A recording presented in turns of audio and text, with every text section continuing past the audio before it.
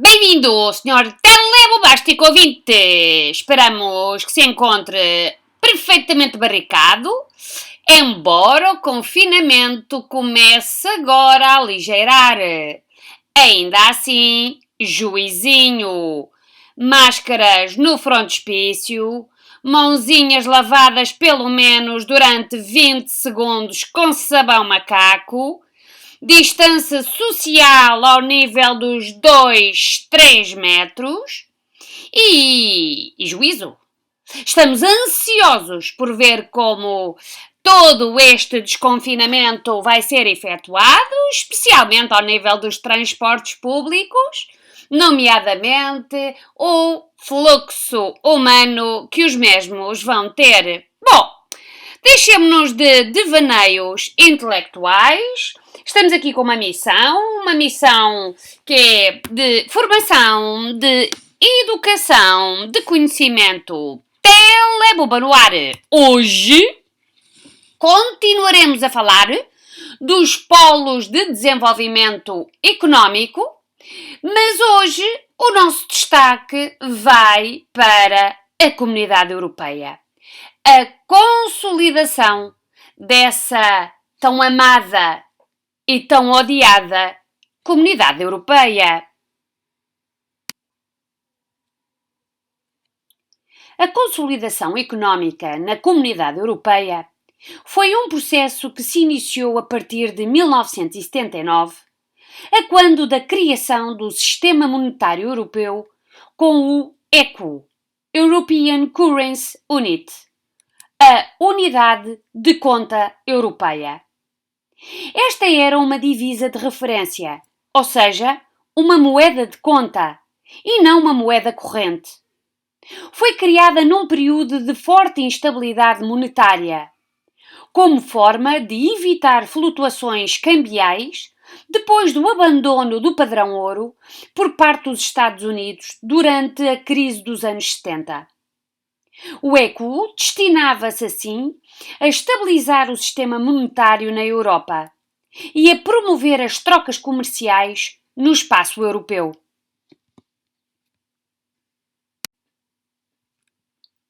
Nos anos 70, a Europa começa a enfrentar vários desafios, como a necessidade de reforçar a coesão europeia e de responder ao euroceticismo, o que levou a definir o sufrágio universal como forma de eleger os deputados do Parlamento Europeu. As instituições europeias tornaram-se assim mais democráticas. Nesta imagem apresentamos o quadro dos eurodeputados portugueses com mandato entre 2019 e 2024. O relançamento da construção europeia foi decisivo nos anos 80, graças às iniciativas conjuntas de François Mitterrand, presidente da França entre 1981 e 1995, de Helmut Kohl, chanceler alemão entre 1981 e 1996, e de Jacques Delors, presidente da Comissão Europeia entre 1985 e 1995. O seu empenho traduziu-se no reconhecimento da necessidade de alargar a comunidade e na aprovação, em dezembro de 1985, do Ato Único Europeu e, com ele, o Acordo de Schengen.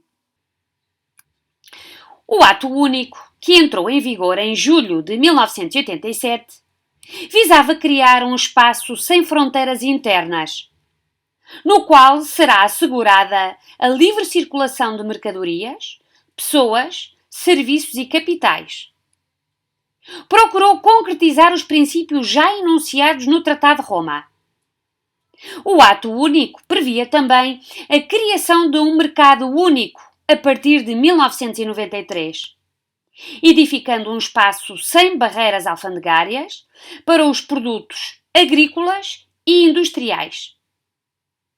Previa também um mercado aberto para a livre circulação de capitais e pessoas.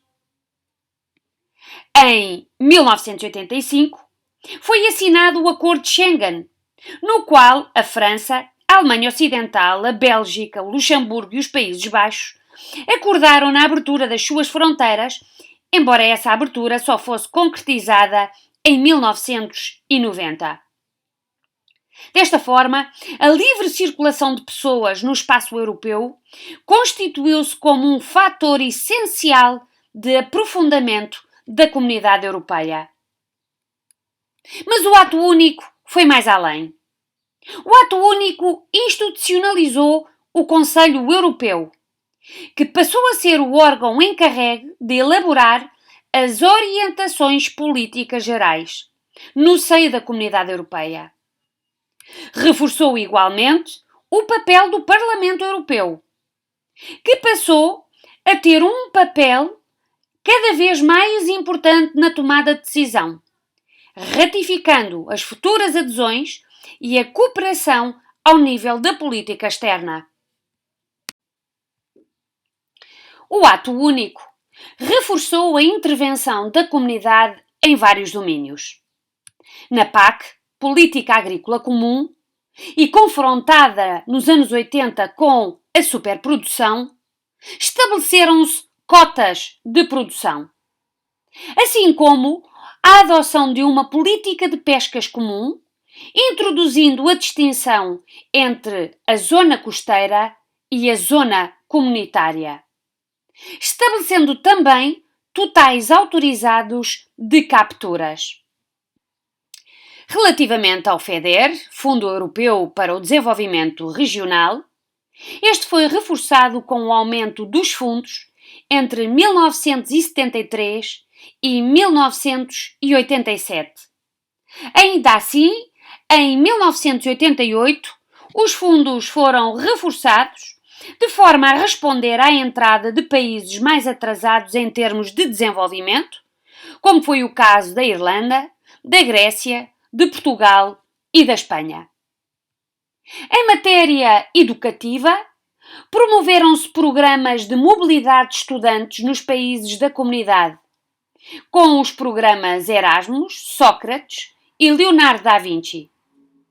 Já nas relações externas, foram reforçadas com a assinatura de acordos bilaterais, como a Convenção de Lomé e acordos com os países da África, Caraíbas e Pacífico, para intercâmbio e apoios ao desenvolvimento. Fica evidente que o Ato Único Europeu contribuiu decisivamente para a consolidação da Europa. Em 2018, o Ato Único fez 25 anos e o nosso eurodeputado Carlos Coelho apresentou ao Minuto Europeu o balanço e o impacto do Ato Único na vida dos europeus.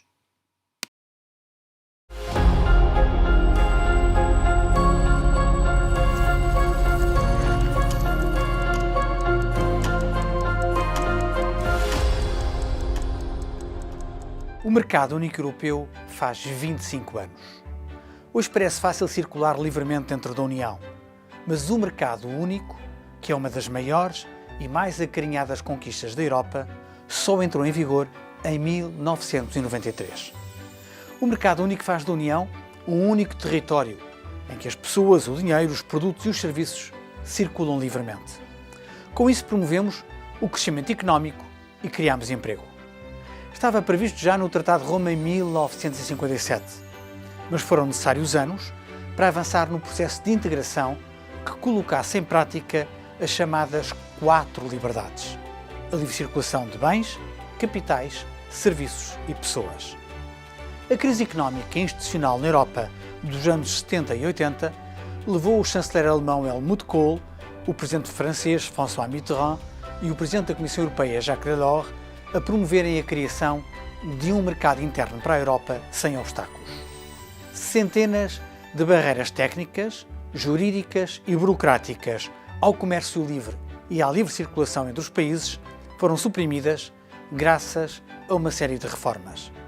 Nestes 25 anos, o mercado único foi-se aprofundando e hoje é um espaço de prosperidade e liberdade, proporcionando a 500 milhões de europeus o acesso a bens, serviços, oportunidades de emprego e de iniciativa empresarial e cultural nos 28 Estados-membros.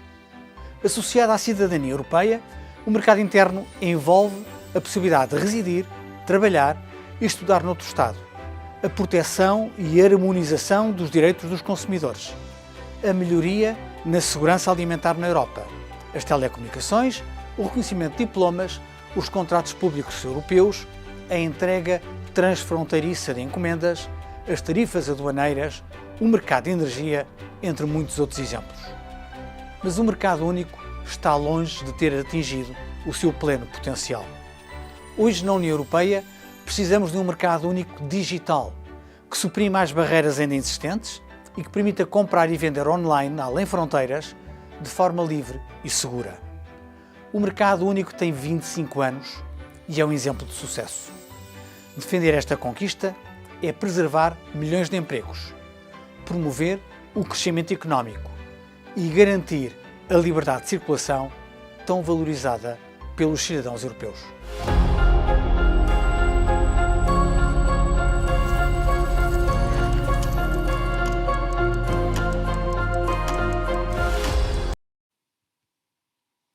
A consolidação da União Económica e Política foi impulsionada com a assinatura em 1992 do Tratado de Maastricht, ou Tratado da União Europeia, que alterou a designação da Comunidade Europeia para União Europeia, cujo funcionamento institucional passou a assentar em 3 organismos fundamentais: a Comissão Europeia, o Parlamento Europeu e o Conselho da União Europeia.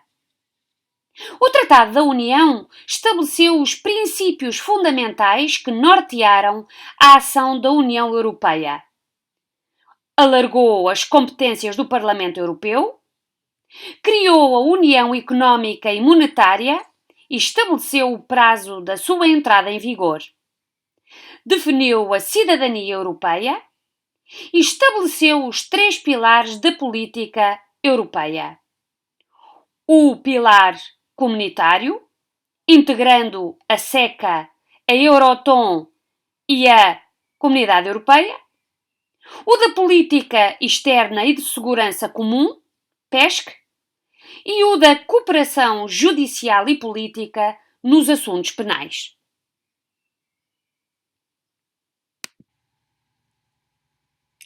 A adoção da moeda única, o euro, foi um marco significativo na União Europeia. Os critérios de adesão ao euro, já previstos no Tratado de Maastricht, foram reforçados pelo Pacto de Estabilidade e Crescimento, PEC, oficialmente adotado em 1997. A moeda única entrou em vigor nos mercados monetários, cambiais e financeiros em 1999.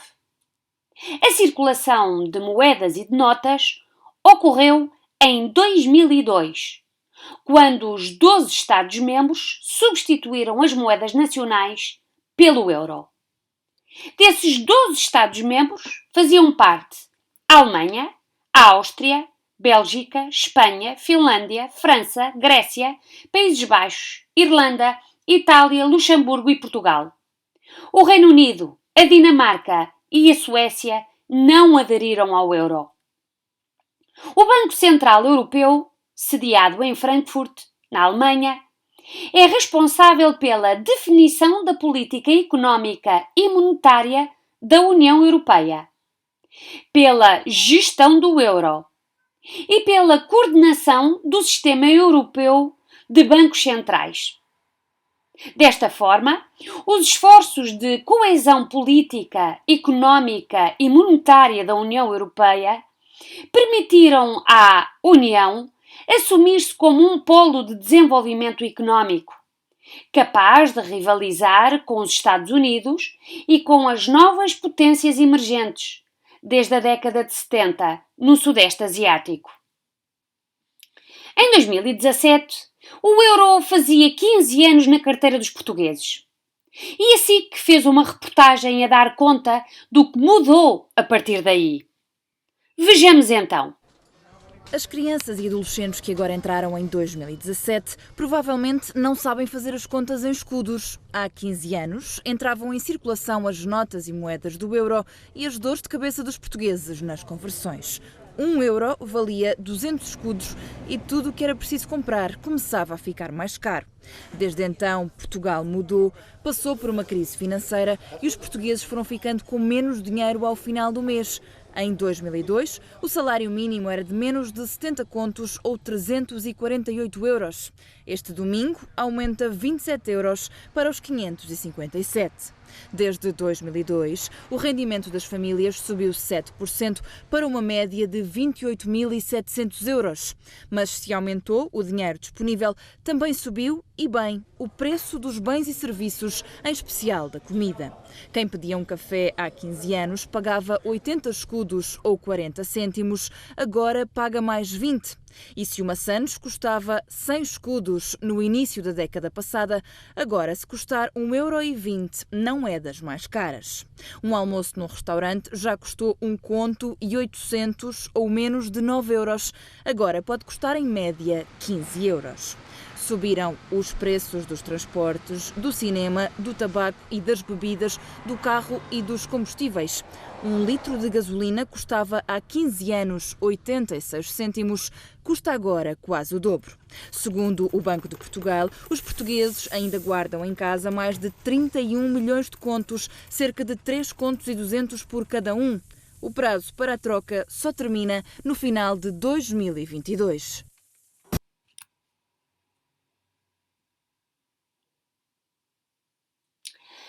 A ideia de Europa que se pretendia construir desde 1957 previa a entrada de qualquer Estado europeu sem definir condições concretas.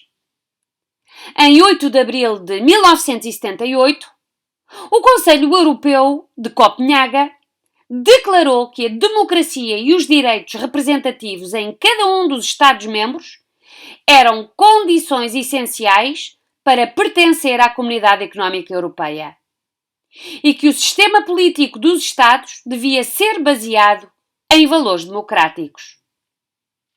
A Europa dos 6 rapidamente deu-se lugar à Europa dos 9, com a adesão de países fundadores como o Reino Unido, a Dinamarca e a Irlanda. Mas alargou-se também a países da Europa do Sul, com a entrada da Grécia em 1981 e de Portugal e da Espanha em 1986. Instituiu-se a Europa dos 12, que incluiu o eixo do Mediterrâneo no projeto de construção europeia. A entrada destes países ocorreu depois do processo de transição para a democracia, que pôs fim aos obstáculos que impediam a sua adesão às instituições europeias. O alargamento aos países do Sul exigiu a adoção de políticas no sentido de corrigir o seu atraso estrutural, de modo a promover o seu desenvolvimento e aproximá-los do nível dos países da Europa do Noroeste. Em 1995, a Finlândia, a Suécia e a Áustria aderiram ao projeto europeu, consolidando a União Europeia e instituindo a Europa dos 15. O Conselho Europeu de Copenhaga de 1993 reforçou os critérios de adesão a cumprir pelos Estados-candidatos à integração na União Europeia. Entre eles, possuir instituições estáveis e democráticas que garantissem os direitos fundamentais dos cidadãos e o respeito pelas minorias. Adotar um modelo económico liberal. Aceitar os objetivos e as diretrizes políticas da União. Em 2004, iniciou-se o grande passo no alargamento, que foi a abertura aos países da Europa Central e Oriental, com vista à integração de países do ex-bloco soviético, instituindo-se a Europa dos 25. Em 2007, a Bulgária e a Roménia tornaram-se membros da União Europeia. E em 2013, a Croácia juntou-se ao Clube Europeu, formando a Europa dos 28.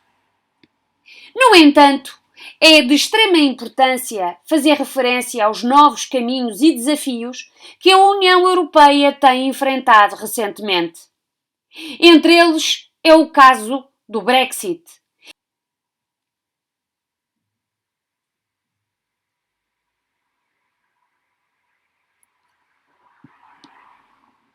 O alargamento do mapa da Europa significou a consolidação da partilha de valores políticos comuns, como a democracia e o respeito pela dignidade humana, e garantiu uma Europa pacífica, que procurava afastar os riscos de conflito.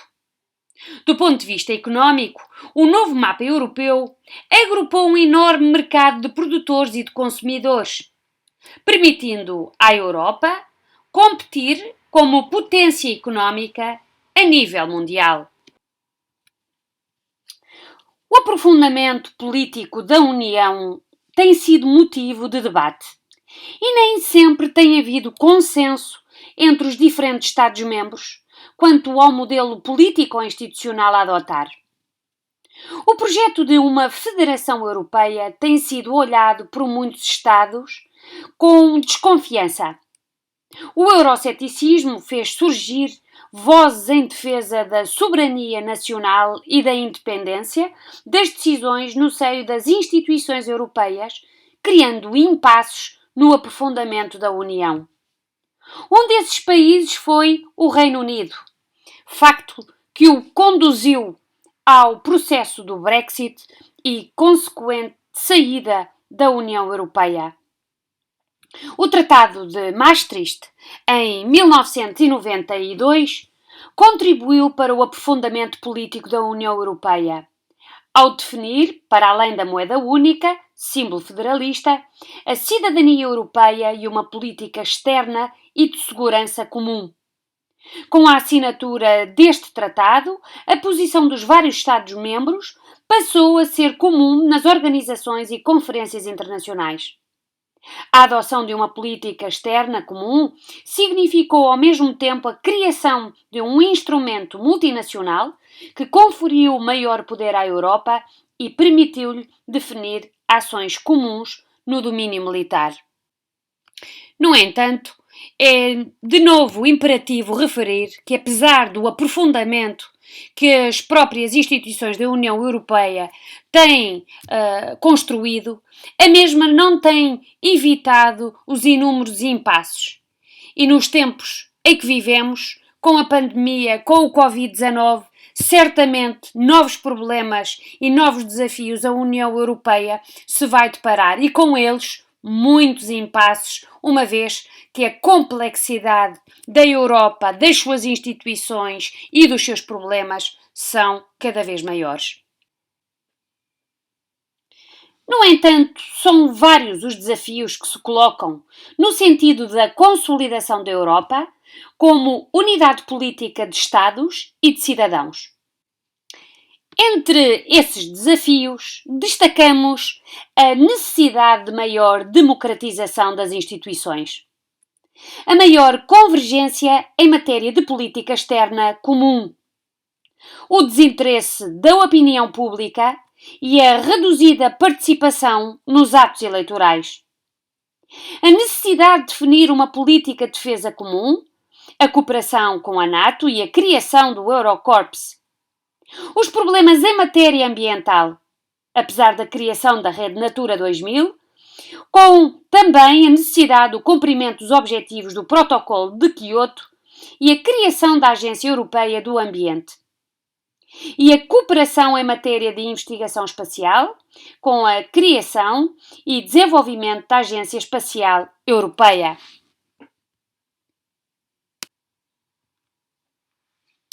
À medida que o projeto europeu foi alargando a mais Estados europeus, a ideia de aprofundamento político, por um lado, e de eficiência das instituições, por outro, tem sido motivo de debate. A Declaração de Laeken, em 2001, debateu a regeneração e o ajustamento do projeto europeu. A Cimeira de Nice, em 2001, acabou por resultar num fracasso, a não concretizar a reforma institucional da União Europeia.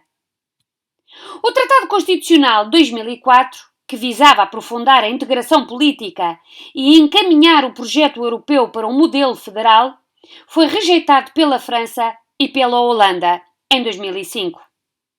A sua não ratificação constituiu-se como um travão às aspirações federalistas. O Tratado de Lisboa, assinado em 2007, conseguiu algum avanço no âmbito do aprofundamento político, ainda que distante do modelo federal contido no Tratado Constitucional, ao criar a função de alto representante da União para os negócios estrangeiros e a política de segurança. Procurou-se dar um rosto à política externa da União Europeia, uma vez que o alto representante cabe, e passamos a citar, o diálogo político com países terceiros e exprime a posição da União Europeia nas organizações internacionais. Mas o Tratado de Lisboa foi mais longe.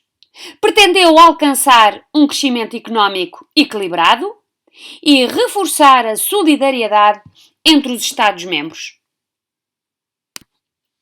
Uma política externa comum, com mais coerência, eficácia e visibilidade, a par da moeda única e da cidadania europeia, são, até ao momento, os elementos mais fortes do projeto de aprofundamento da União. O caráter supranacional de decisões no domínio político e económico é revelador do processo de consolidação e de coesão europeia. Suscita, no entanto, discussões em torno dos poderes das instituições europeias, demasiado restritos para uns ou demasiado alargados para outros. A dificuldade de constituição de uma Europa política não está apenas ao nível das instituições e do grau de aprofundamento desejado. A Europa continua a ser uma realidade distante para os cidadãos dos vários Estados europeus, que, décadas depois da criação da cidadania europeia, continuam a considerar que são pouco ouvidos nas instituições europeias e a sentirem-se pouco europeus.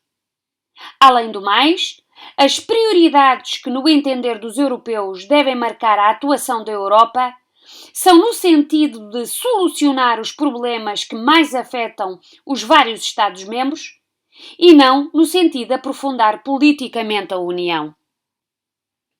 Vários são os problemas em cima da mesa de trabalho da União Europeia. Um deles já vem de trás e prende-se com a questão dos refugiados. O mais recente, o mais premente e aquele que está a afetar-nos a todos à escala mundial é a questão da crise económica decorrente da pandemia. Qualquer decisão tomada a partir de agora poderá ou fortalecer ou enfraquecer a União. Serão certamente tempos decisivos para a Europa e para os seus Estados-membros. Esperamos que os agentes políticos não se esqueçam nunca dos ideais que estiveram na fundação da Europa, a solidariedade e a cooperação entre Estados-membros. Caro teleouvinte, chegamos ao fim de mais uma emissão de Telebomba.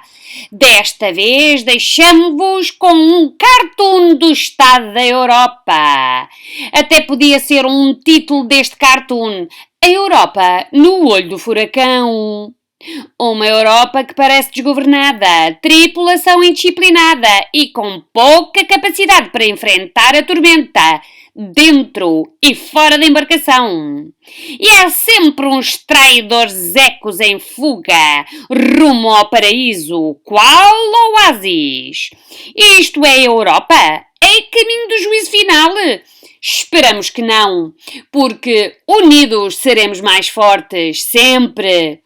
Despedimos-nos com uma imensa amizade, não sem antes informar que a nossa próxima emissão dará continuidade aos polos de desenvolvimento económico, mas, desta vez, falaremos dos países emergentes da Ásia-Pacífico.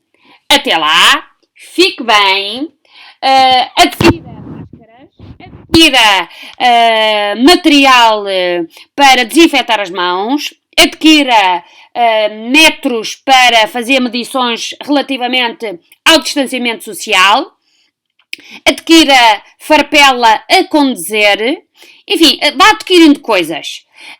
Dado que não tarda nada, vamos sair da toca. Posto isto e nada mais havendo a tratar, despeço-me com amizade, sem não antes informar. Siga-nos na página do youtuber Telebomba no ar. Bombemos juntos!